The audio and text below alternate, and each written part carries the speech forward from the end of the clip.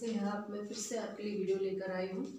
और आज हम जो अंतर्राष्ट्रीय संगठन पढ़ रहे थे उसका 7th वाला जो क्वेश्चन है, सुमेलित कीजिए। जो चीज़ें दो दी गई हैं उनको सुमेलित करना है, यानी मैच करना है। तो सबसे पहले आप देखें, पहले नंबर पर दिया था सामाजिक व आर्थिक परिषद। तो सामाजिक और आर्थिक परिषद क्या करती है, इसका आंसर है इसके सामने, यानी एक के सामने क्या आएगा, ग।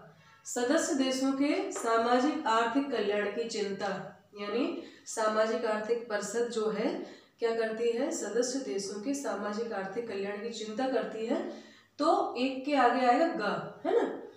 और दो जो है उसमें है अंतर्राष्ट्रीय न्यायालय। तो अंतर्राष्ट्रीय न्यायालय का क्या काम है, ये सदस्य देशों के बीच जो विवाद होते हैं उनका निपटारा करता है। तो इसका आएगा अंग, सदस्य देशों के बीच विवादों का निपटारा। तीसरा है अंतर्राष्ट्रीय आणविक ऊर्जा एजेंसी। इसका आंसर है घ, परमाणु प्रौद्योगिकी का शांतिपूर्ण उपयोग और सुरक्षा, यानी जो प्रौद्योगिकी है, तकनीकी है परमाणु, उसका शांतिपूर्ण प्रयोग और के उपाय और सुरक्षा की जिम्मेदारी होती है इसकी, है ना। अगला जो है सुरक्षा परिषद। सुरक्षा परिषद का क्या काम है, हम सभी जानते हैं, ये हार्ट ऑफ यूनो है, सारा जो है हृदय है ये पूरे संयुक्त राष्ट्र संघ का, और सारे इंपॉर्टेंट निर्णय यहाँ लिए जाते हैं। बहुत पावरफुल अंग है ये संयुक्त राष्ट्र संघ का। तो इसका आंसर है घ, अंतरराष्ट्रीय शांति व सुरक्षा का संरक्षण करना, ये काम है सुरक्षा परिषद का मेन, है ना।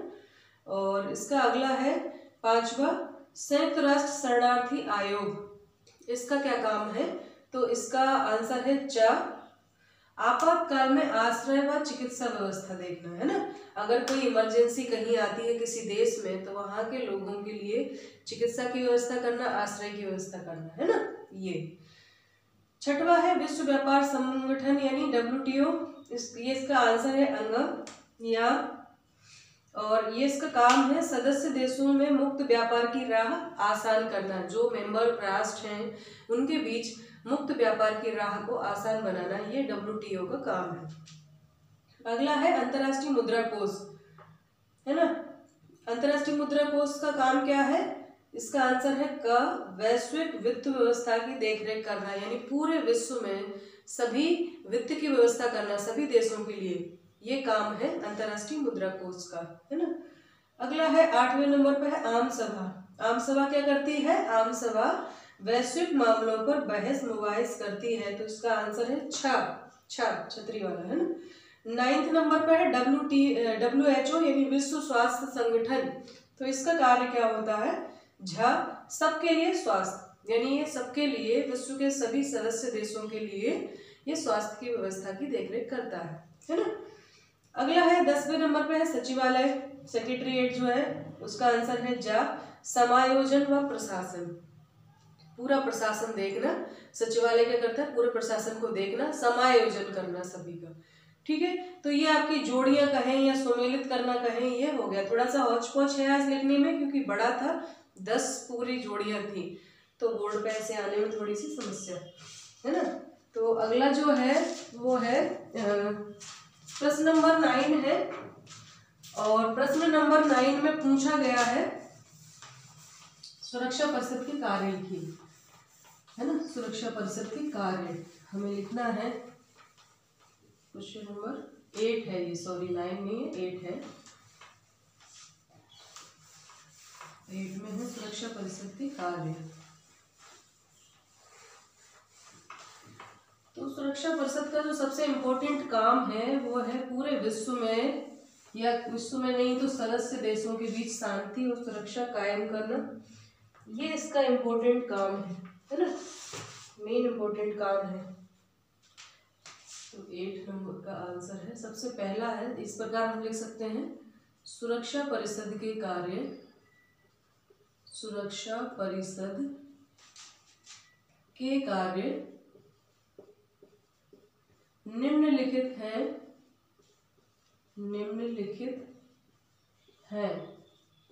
है ना। क्या कार्य है, तो यहाँ नंबर 1 पे हम आते हैं, विश्व के या विश्व में शांति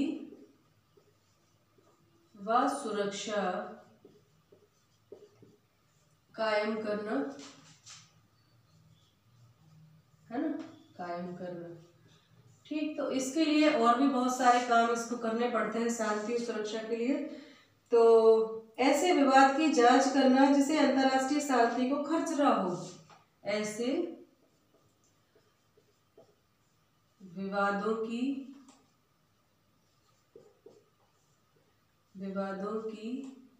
स्थिति की जांच करना,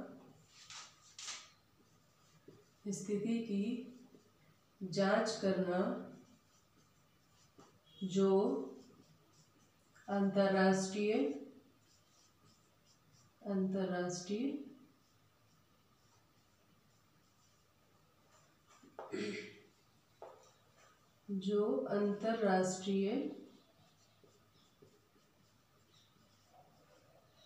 शांति के लिए खतरा हो, है ना, ऐसे विवादों की ये जांच करता है जो अंतर्राष्ट्रीय शांति के लिए खतरा हो। तीसरा है झगड़ों के निपटारे हेतु समझौते की शर्तों की सिफारिश करना, झगड़ों के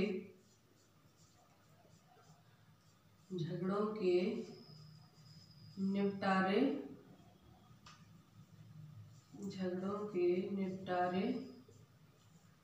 हेतु उपाय एवं समझौते की शर्तों की सिफारिश करना,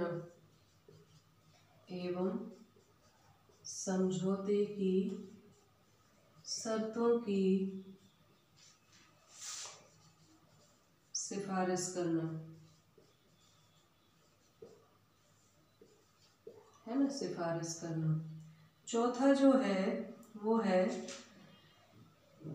हथियारों के नियमन की व्यवस्था के बारे में योजनाएं तैयार करना, हथियारों के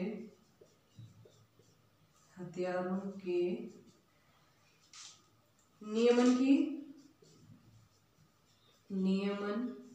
की व्यवस्था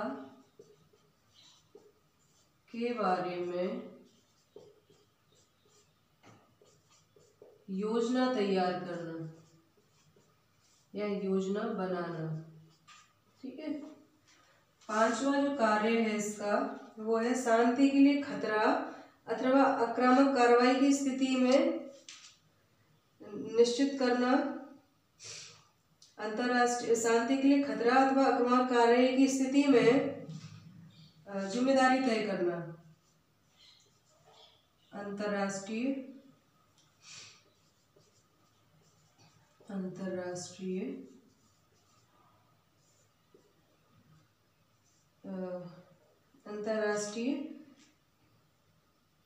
शांति के लिए खतरा, अंतरराष्ट्रीय शांति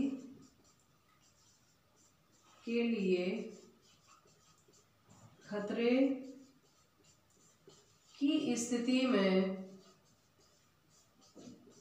कार्रवाई सुनिश्चित करना, यानी कोई देश अगर ऐसा काम करता है जिससे अंतरराष्ट्रीय शांति को खतरा है तो कार्रवाई सुनिश्चित करना, है ना, कार्यवाही सुनिश्चित करना,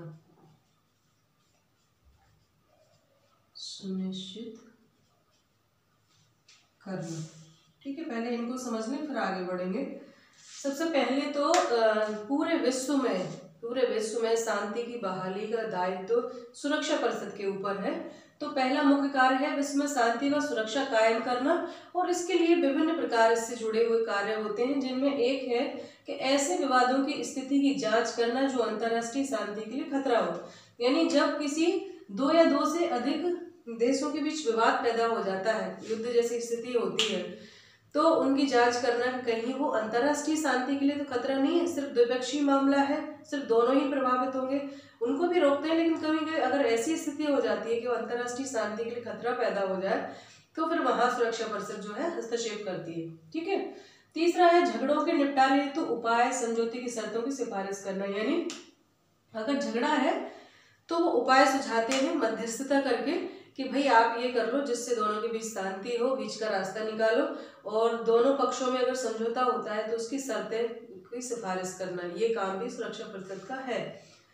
चौथा है हथियारों के नियमन की व्यवस्था के बारे में योजना बनाना, यानी पूरे विश्व में जो हथियार हैं, जखीरे हैं, उनका नियमन कि अब कोई और प्रसार ना करे, या जो हथियार बनाए जा रहे हैं, जो परमाणु परीक्षण हो रहे हैं या किए गए, उनका शांति के लिए, विकास के कार्यों के लिए उपयोग हो, युद्ध के लिए नहीं, है ना, अहिंसा के लिए नहीं।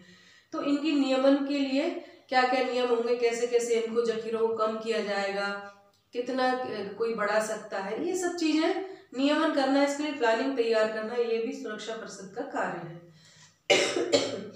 अगला है अंतरराष्ट्रीय शांति के लिए खतरे की स्थिति में कार्रवाई सुनिश्चित करना। यदि ऐसा लगता है कि किसी देश या किसी दोनों देशों के बीच कोई ऐसा कार्य हो रहा है, झगड़ा हो रहा है, या कोई देश ऐसा कार्य कर रहा है जिससे अंतरराष्ट्रीय शांति को खतरा है, अंतरराष्ट्रीय सुरक्षा को खतरा है, तो ऐसी स्थिति में कार्रवाई सुनिश्चित करना भी सुरक्षा परिषद का दायित्व है ना। इसके लिए बहुत सारे करते हैं, जैसे सैनिक कार्रवाई भी की जाती है, जैसे कि इराक पर की गई थी, कहा गया था कि वहां पर ऐसे हथियार बनाए जा रहे हैं जो अंतरराष्ट्रीय शांति के लिए खतरा पैदा कर सकते हैं, है ना। तो एक तरफा कार्रवाई भी कर देते हैं, हालांकि वो कितना सही था कितना गलत उस पर हम नहीं जाएंगे, पर एक एग्जाम्पल है कि वो अगर उनने यही कहा था कि वो ऐसे हथियार बना रहे हैं जिससे अंतरराष्ट्रीय शांति को खतरा है, तो इसलिए वो कार्रवाई की गई थी ना इराक के ऊपर, द्वितीय खाड़ी युद्ध के नाम से जो जाना जाता है। छठवां है आक्रमण को रोकने बंद करने हेतु सदस्य राष्ट्रों से आर्थिक अनुशक्ति लागू करने का अनुरोध। आक्रमण को रोकने, आक्रमण या युद्ध को रोकने हेतु सदस्य देशों से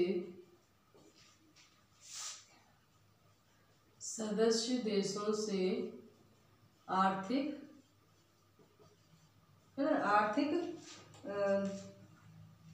अनुशक्ति लागू करने का अनुरोध, आर्थिक अनुशक्ति लागू करने का अनुरोध, यानी यदि कोई राष्ट्र जो है युद्ध के लिए जिम्मेदार है, उसने युद्ध छेड़ा है, तो उस पर आर्थिक प्रतिबंध लगाए जाए। तो न केवल संयुक्त राष्ट्र द्वारा बल्कि संयुक्त राष्ट्र के जितने भी सदस्य हैं उनसे अनुरोध करता है कि सभी ऐसे राष्ट्र के ऊपर आर्थिक प्रतिबंध लगा दो, उनके साथ व्यापार व्यवसाय नहीं करो, तो ऐसे कोई सहायता मत दो उनको वित्तीय, तो इसका अनुरोध भी करती है ना। तो ये नंबर था अपना 6 नंबर का पॉइंट है ये। 7वां है आक्रमण के विरुद्ध सैनिक कार्रवाई करना, आक्रमण के विरुद्ध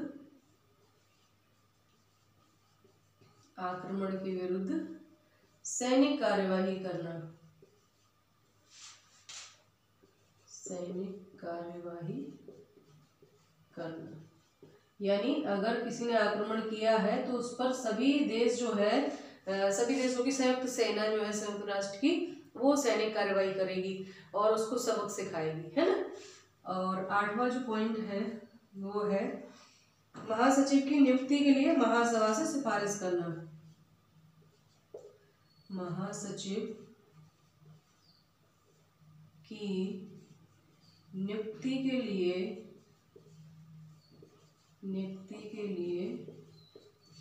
महासभा से सिफारिश करना, महासभा से सिफारिश करना, यानी किसको बनाया जाए किसको नहीं बनाया जाए इसकी सिफारिश करना महासभा से, है ना। 9 नंबर का जो अपना पॉइंट है वो है महासभा के समक्ष बजट प्रस्तुत करना, महासभा के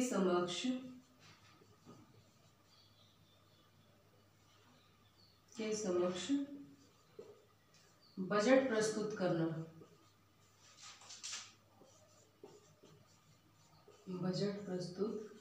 करना, है ना।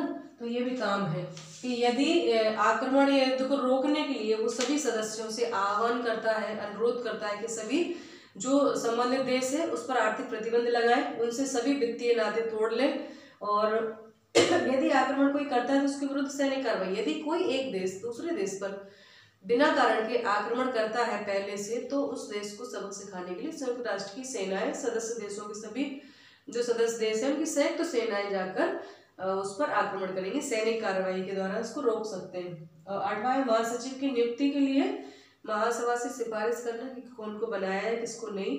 और 9वां है महासभा के समक्ष बजट प्रस्तुत करना। तो इस प्रकार से बहुत महत्वपूर्ण कार्य हैं सुरक्षा परिषद के, और संपूर्ण सदस्य देशों के बीच सभी जो संबंधों का निर्धारण है कहीं ना कहीं वो भी इसके द्वारा ही नियमित होता है। तो इस प्रकार बहुत महत्वपूर्ण कार्य है। तो ये अपना क्वेश्चन नंबर 7 और 8 हमने कंप्लीट किया।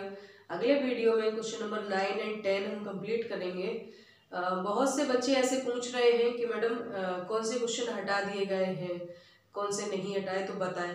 तो क्या होता है कि आपको कमेंट बॉक्स में जाकर सारा जवाब देना, क्वेश्चन की बात ना करें, सीधे सीधे चैप्टर हटा दिए गए हैं। तो जब चैप्टर हटा दिए गए हैं तो ऑब्वियसली उससे संबंधित कोई प्रश्न भी नहीं आएगा 20-21 के लिए ना, अभी वाले सेशन के लिए।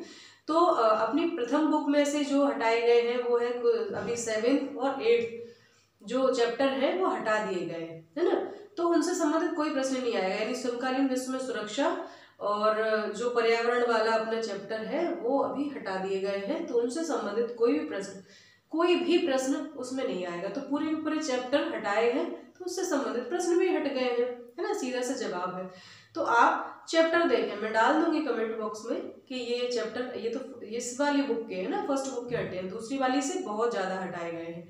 तो वो पूरा मैं आपको बता दूंगी कमेंट बॉक्स में। तो ध्यान रखिए, पढ़ाई करते रहिए। नमस्ते सभी को, धन्यवाद।